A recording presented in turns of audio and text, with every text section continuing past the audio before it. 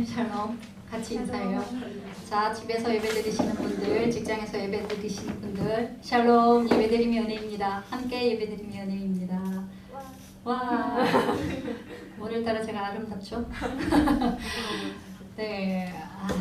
우리 소영 자매님의 기도를 하나님께서 들어주시면 좋겠습니다. 지금 이 시간 각 처소에서 예배드리고 있는 여러분, 여러분 사랑하고 축복합니다.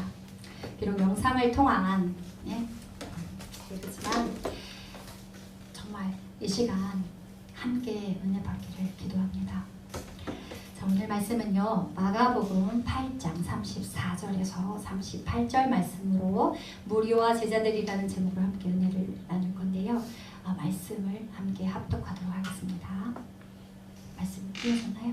네. 무리와 제자들을 불러 이르시되 누구든지 나를 따라오려거든 자기를 부인하고 자기 십자가를 지고 나를 따를 것이니라. 누구든지 자기 목숨을 구원하고자 하면 잃을 것이요 누구든지 나와 복음을 위하여 자기 목숨을 잃으면 구원하리라.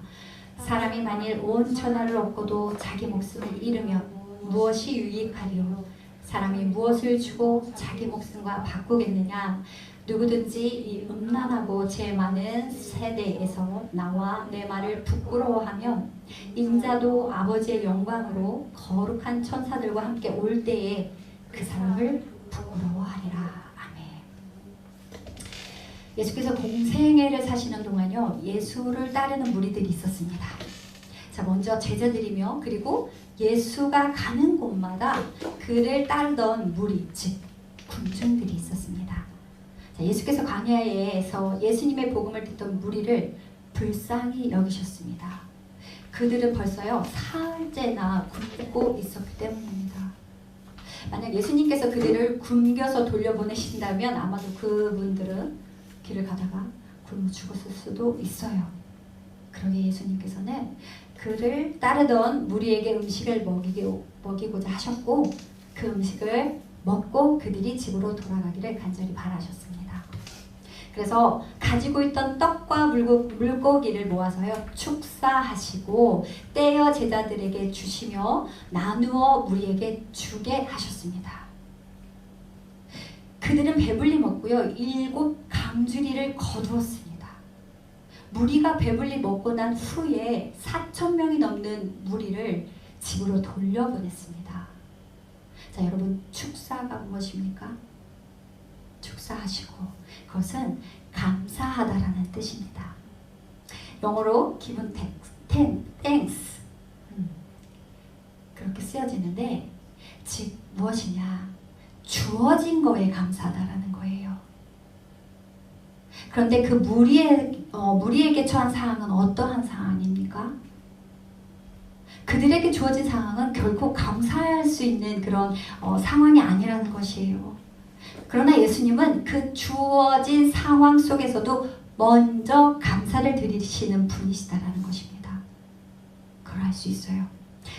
제자들은 예수의 기적과 이적을 보았지만 그럼에도 그들이 배불리 먹을 것이라는 생각을 전혀 하지 않았어요. 전혀 못했어요. 그들은 단지 이 광야에서 먹을 것이 없을 것이라는 그런 불가능을 먼저 이야기하고 생각했다는 것이에요. 이것은 전적으로 우리들도 제자들과 별반 다르지 않다라는 것입니다. 광야에서 이스라엘 민족이 하나님께서 이스라엘 민족에게 만나도 주시고 메추라기도 먹이셨어요. 그렇죠? 그 하나님의 아들이 지금 자신들 앞에서 말씀과 이적들을 베푸심에도 불구하고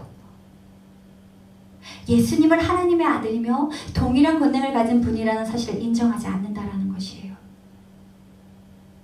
그들에게 예수님은 먼저 하나님께 주신 것에 감사함으로 제자들과 무리들이 실질적으로 불가능하다고 생각했던 그 일을 가능케 하셨다는 사실이에요. 그것은 우리가 하늘에서 주신 것에 대한 그런 감사의 마음이 있을 때 주님께서 주신 그래서 사실은 낼 게 없어요. 하나님께서 주신 모든 것들을 주신 것에 대한 감사한 마음이 생길 때 그 믿음이 우리에게 실제적으로 경험될 사실을 깨닫게 하시는 거예요. 아멘. 아멘. 또 후에 예수님은 제자들과 배에 올라 달마누다 지방으로 가셨습니다.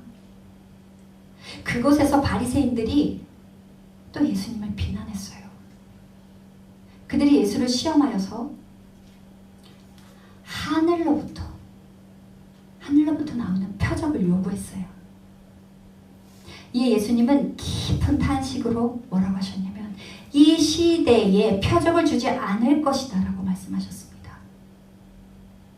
다시 배에 올라 건너편으로 가셨고 배에 남은 유일한 떡 한 개를 통해 비유를 말씀하셨는데 뭐라고 말씀하셨냐면 깨닫지 못하고 알지 못한다고 말씀하셨어요.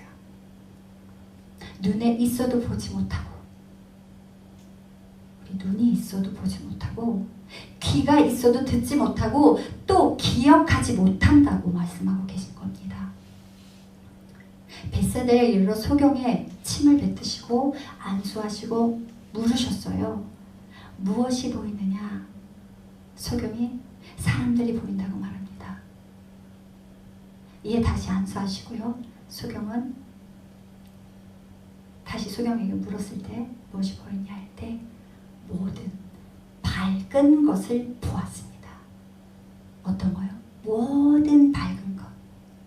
예수께서 제자들과 빌립보야 가이사라 여러 마을을 돌아다니면서 제자들에게 묻습니다. 너희는 나를 누구라 하느냐? 제자들이 말하기를 누구는 세례 요한이다. 더러는 엘리야다. 선지자 중에 하나이다. 막 이렇게 각자 얘기를 하고 있어요. 다시 묻습니다. 너희는 나를 누구라고 하느냐? 베드로가 대답하기를 주는 그리스도이시니이다 하고 말합니다. 그리고 인자가 고난을 받고 죽임바 되어 사흘 만에 살아날 것이라는 순환을 예고하셨어요. 주님은. 이에 베드로가 흥분하여 그렇게 말씀하지 말라고 소리쳤어요. 예수님께서 이렇게 인자가 고난을 받고 죽음을 받게 되어서 사흘 만에 죽게 될 거야 라고 얘기하니까 사흘 만에 살아날 거야 라고 얘기할 때 베드로가 그런 말씀 하지 마세요 막 흥분했어요. 예수께서 제자들을 보시고 베드로를 꾸짖으셨어요. 뭐라고 하셨을까요? 사탄아 내 뒤로 물러가라. 너가 하나님의 일을 생각하지 않고 오히려 사람의 일을 생각한다 라고 말씀하셨어요. 그리고 제자들과 그 무리를 불러 모으시고 하신 말씀이 바로 오늘 말씀인 것입니다. 자, 무리와 제자들은 아직도 예수가 누구인지 정확히 알지 못하는 것과 같아요. 여러분 예전에 설교가 기억나세요 혹시? 비슷한 설교를 한 적이 있어요. 제자들은 예수가 누구인지 정확히 알지 못하고 있어요. 다시 말하자면 제자들과 무리는 예수의 정체성이 무엇인지 잘 알지 못하고 있다는 것입니다. 그런 그들에게 자꾸 물어보십니다. 너희는 나를 누구라 하느냐? 제자들은 세례 요한이요, 엘리야요, 선지자 중에 하나요 라고 계속 말하고 있어요. 이는 대부분의 많은 사람과 제자들 그리고 유대인들이 예수를 생각하고 있던 그런 이미지였습니다. 그러나 그중 특별하게도 베드로는요 뭐라고 했어요? 주는 그리스도이십니다. 예수가 바로 그리스도이십니다 라고 고백하고 있다는 사실이에요. 그러게 예수님은 제자들과 무리에게 자신의 정체성을 정확하게 알려야 했습니다. 그런데 참으로 흥미로운 것은 이 말씀이 참으로 되게 역설적이다라는 사실이에요. 첫째로 나를 따라오려거든 이라고 말합니다. 그렇죠? 예수를 따르는 길은 제자들과 그를 따르던 무리들이 생각하기에 그리 힘든 일은 아니었습니다. 가끔씩 굶는다는 거 외에는. 또 그의 말씀을 듣고 예수를 따르던 무리를 보시면서 자신들도 모르게 어깨에 제자들이 자신들도 모르게 어깨에 많이 힘이 들어갔을 거고, 이렇게 예수를 따르는 것은 예수가 혁명을 일으켜서 나라가 전복되어지고 다시금 예수가 정권을 잡을 것이라고 일말의 기대감으로 예수를 따랐다라는 것입니다. 정의자마가 앞으로 대통령이 될 거야. 저 사람을 따라갈 때 네, 콩고물이라도 떨어질 수 있잖아. 네, 소영자매를 따라갈 때 앞으로 법무부 장관이 되고 윤지자매 우리 현재자매 현재자매 죄송합니다 현재자매님. 네, 각자의 정말 훌륭한 자리 그럼 붙어야죠. 그죠? 인간의 심리는 정말 그 좋은 위치에 있는 사람 옆에 붙기를 원해요. 이거하고 똑같아요. 제자들의 모습도. 그런 제자들에게 자신을 구하려면 자기를 부인하고 자기 십자가를 지라고 말씀하십니다. 우리는 예수님이 겟세마네 동산에 기도하러 가셨을 때 너무나 생생한 기억이 그걸 합니다. 제자들이 어떻게 하고 있었는지 생생하게 기억 안 나세요? 그 자리에 없으셨나요? 베드로와 제자들에게 깨어 기도하라고 말씀하셨어요. 예수님은 기도하러 올라가시면서 그죠? 다시 돌아오셨을 때 한시도 깨어 기도하지 못한다고. 내가 기도하라고 했는데 얘들아 너희들은 한시도 깨어 기도하고 있지 못하구나 속상해하셨어요. 기도로 깨어있지 못할 때 베드로가 앞으로 겪게 될 일은 너무나 자명해요. 그것은 바로 자기를 부인하는 것이 아니라 누구를 부인해요? 예수님을 부인한다는 것이에요. 사람들이 예수님의 무리와 함께 있을 때, 그러니까 베드로가 예수님과 함께 있었잖아요. 근데 사람들이 베드로를 보면서 저 사람이 그 무리에 함께 있었다, 예수님과 함께 있었다 라고 말했을 때 결국은 어떻게 돼요? 베드로가 예수님을 3번이나 부인합니다. 여러분 깨어 기도할 때 나의 자아가 죽고 내 안에 예수가 사는 것을 경험하실 것입니다. 자주 듣죠? 내 자아가 죽고 내 안에 예수님이 사는 것, 그것을 경험하시게 될 거예요. 기도로 준비될 때 그때야 비로소 우리는 나 자신을 비우고요 자기의 부인의 길을 가게 될 것이라는 것입니다. 내 중심에 서 있는 것이 아니라 십자가의 길, 곧 나를 비우지 않고는 내 안에 예수님으로 가득 채울 수 없다는 거예요. 내 안에 예수로 가득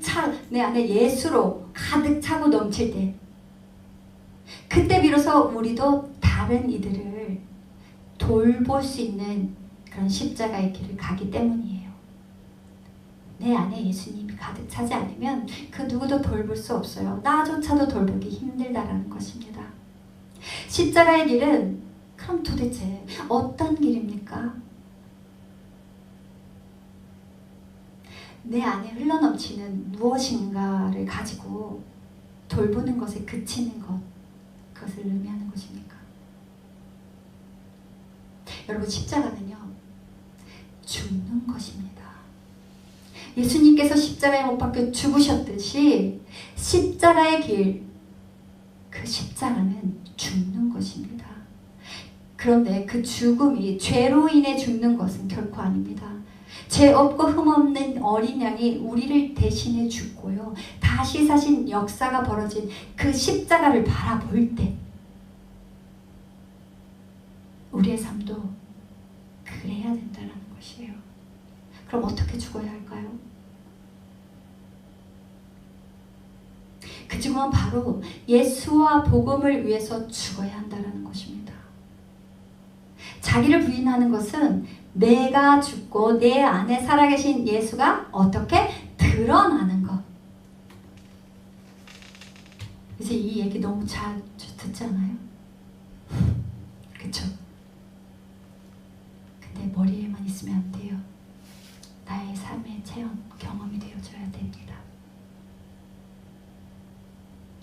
그리고 십자가를 지는 것은 다른 이의 멍에를 대신 지는 것이에요.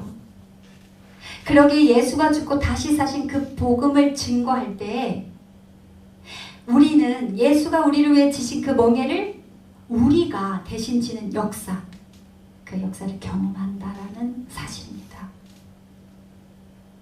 이처럼 우리가 죽을 때 예수가 드러나며 복음을 전할 때 그 복음의 증거자로서 우리가 세상에 믿지 않는 이방인들에게 복음의 어떤 자? 중보자들이 될 수 있다는 것이에요.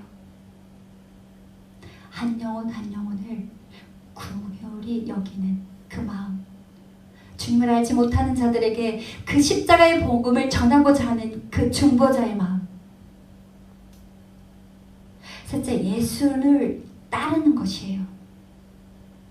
따른다라는 이 헬라어는 무슨 뜻이냐면 사복음, 따른다라는 이 뜻은요, 사복음서하고 요한계시록에만 그렇게 나오는 용법인데요.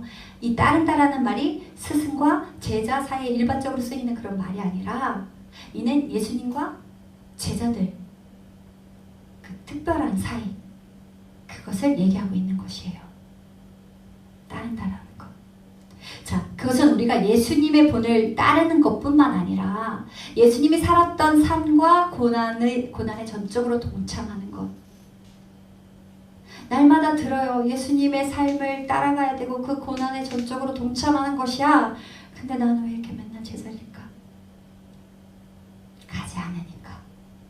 멈춰 있으니까. 여러분, 동참해야 돼요. 움직여야 돼요. 그들이 따라야 하는 단 하나의 따름이 누구예요? 우리가 따라야 할 그분이 누구예요? 예수 그리스도인 것입니다. 그분의 고난에 동참하는 것은 자기를 부인하고 자기를 십자가, 각자의 십자가가 있잖아요. 그쵸? 근데 자기 십자가를 지고 따라가야 한다는 거예요. 어떻게 해요? 자기를 부인하고 자기 십자가를 지고 어떻게 해요? 따라가야 한다는 것입니다.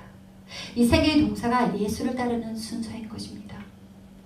내 안에 내가 아닌 예수를 주인으로 받아들이는 중생의 회심을 통해서 우리는 자기를 부인하고 예수가 십자가를 지고 가신 그 십자가의 도를 통해서요, 매일매일 십자가 앞에 무릎 꿇는 십자가의 길을 가는 것이며, 그 길에서 멈추는 것이 아니라 십자가의 복음을 들고 예수님을 전적으로 따르는 제자도의 길을 가는 것을 의미하는 것입니다.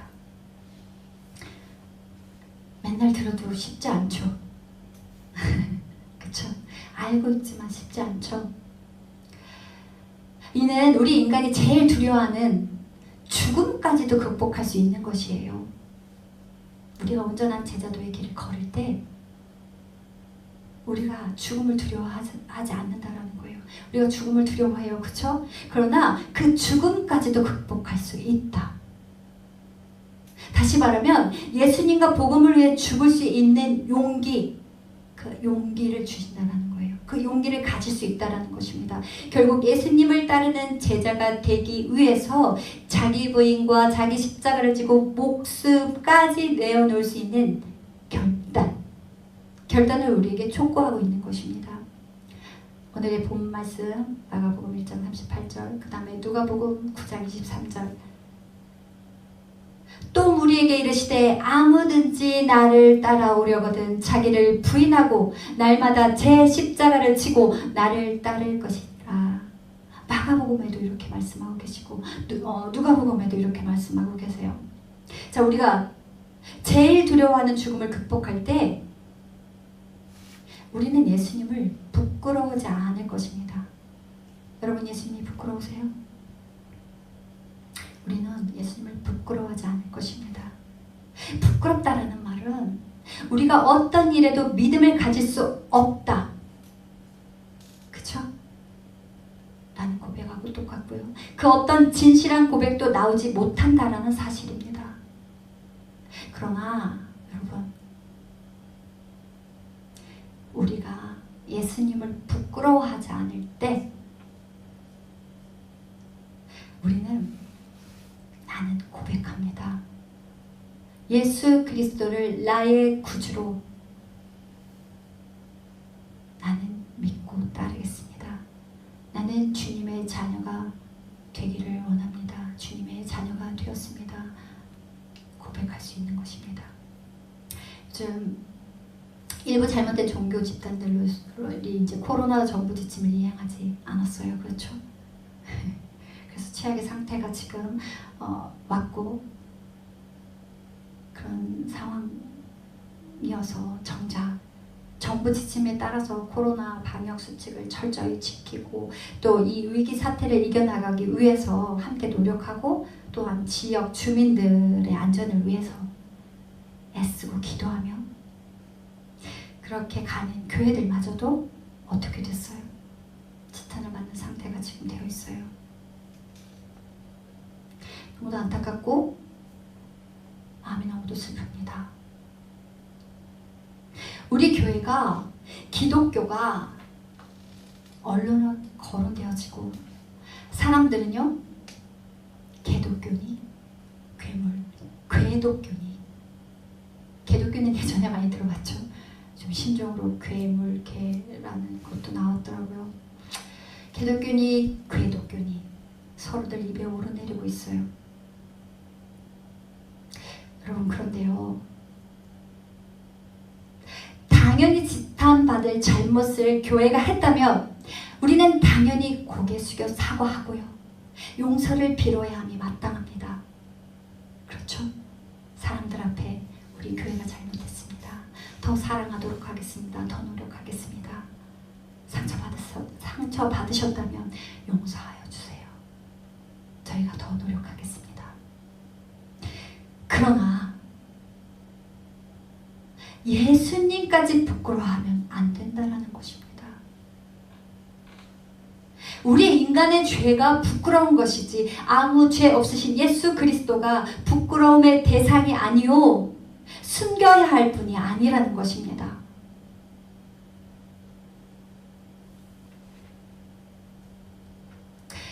만약 여러분이 그리고 내가 사람들 앞에서 예수 그리스도인 주님을 얘기하지 못하고 내가 크리스찬입니다 라고 얘기하지 못한다면 정말 드러내서 밝히지 못한다면 진짜 생각해 보셔야 돼요. 내가 그리스도인으로 어떤 삶을 살았는지 내 주변의 사람들이 나를 어떤 모습으로 바라보고 있는지 내가 왜 크리스찬이라고 얘기하지 못하고 있는지를 돌아봐야 돼요.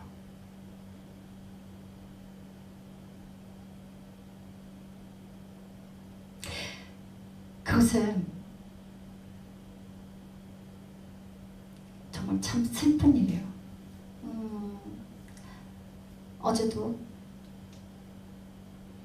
딴 얘기로 넘어가면 안 되는데 마스크를 쓰지 않았어요. 그때 어느 사람이 가게에 왔어요. 마스크 쓰세요. 주인이 말하니까 뭐라는지 알아요? 교인들이 잘못한 거지 우리가 잘못한 거 아니잖아. 그러는 거예요. 자기는 안 썼어요. 그러니까 세상은 참 혼란스러워요. 그쵸? 교인이 잘못했으면 손가락질하고 자기들도 같이 한다면 자기들도 그걸 또 지키고 노력해야 되는데 자기들은 또 지키지 않고 그냥 탓을 하고 있어요. 근데 교회도 똑같아요. 우리는 회개하지 않고 우리는 준비하지 않고 그리스도인의 삶을 살지 않으면서 너희들 왜 우리한테 손가락질해? 우리 크리스찬들이 그렇게 얘기하고 있어요. 속상해만 하고 있어요. 아파만 하고 있어요. 아니요. 우리가 지금 깨어서 기도할 때고 회개할 때라는 것이에요. 그리고 정말 그리스도인의 모습으로 그들에게 정중히 용서를 빌고 사과를 할 수 있는 그런 사람들이 되어야 된다는 것입니다. 여러분 우리가 예수 그리스도를 온전히 따르는 삶 온전한 제자도의 길을 걷는다면 세상은 여러분을 통해 되신 예수 그리스도를 분명히 여러분을 통해서 경험하게 될 것입니다. 아멘. 기도드립니다. 사람이 감당할 시험 밖에는 너희가 당할 것이 없나니 오직 하나님은 미쁘사 너희가 감당하지 못할 시험 당함을 허락하지 아니하시고 시험 당할 즈음에 또한 피할 길을 내사 너희로 능히 감당하게 하시느니라.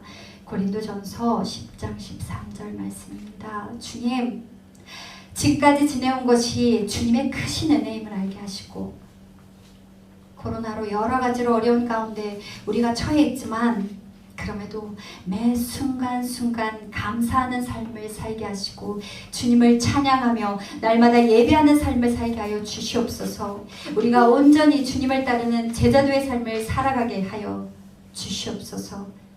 우리의 기도를 들으시는 사랑이 많으신 예수 그리스도의 이름으로 기도드립니다.